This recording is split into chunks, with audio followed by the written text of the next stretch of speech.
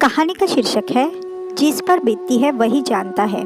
सौम्या की शादी को अभी 4 दिन ही हुए थे, फिर भी उसने एक बात अच्छे से जान ली थी कि उसकी सासू माँ दूसरी औरतों की तरह नहीं है और बहुत अच्छी है। हनीमून से आने के बाद सौम्या को भी ऑफिस ज्वाइन करना था। पहले ही दिन जब सौम्या ऑफिस से आई तो सासू माँ ने पहले पानी, फिर जूस और चाय के साथ घर के बने हल्के फुल्के स्नैक्स खिलाए।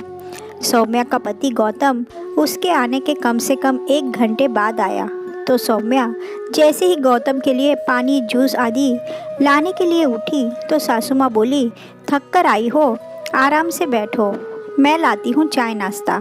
तो सौम्या से पहले गौतम ही बोल पड़ा, माँ, बहू पर बड़ा प्यार आ रहा है, मुझसे ऑफिस से आते ही काम करवाती थी, बहू को बिगाड़ो मत।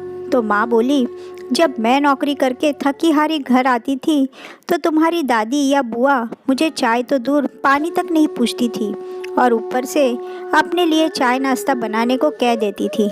उसके बाद रात का खाना और फिर सुबह की तैयारी। सुबह सब काम करके जाती थी, फिर नौकरी। न ढंग से खा पाती थी और न शरीर को आराम मिलता था। और तेरे पापा भी दादी की बातों में आकर बहुत दुख देते थे और मैं बहुत बीमार हो गई थी। तब मैं तेरे नाना नानी अपने साथ ले गए थे। वहाँ जाकर आराम मिला और अच्छे खाने पीने से सेहत में सुधार हुआ, क्योंकि सिर्फ दवाई से कुछ नहीं होने वाला था। उसके बाद तुम्हारा जन्म हुआ, हमारी शादी के 6 साल बाद, लेकिन तेरे पापा फिर भी नहीं सुधरे।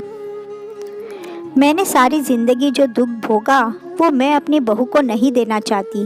और तू भी कान खोलकर सुन ले, बहू का साथ निभाना और हर काम में मदद करना, क्योंकि जिस पर बीतती है उसी को पता चलता है। जो तेरे लिए सब कुछ छोड़कर आई है उसके लिए तू अपना अहंकार छोड़कर उसे खुश रखना, क्योंकि मेरी तो बहू भी यही है और बेटी भी यही। आज गौतम को समझ में आ गई थी कि माँ को उसने कभी खुश और मुस्कुराते हुए नहीं देखा। सौम्या और गौतम दोनों की आंखों में आंसू थे, लेकिन दोनों ने मन ही मन माँ को खुश रखने का निर्णय ले लिया था।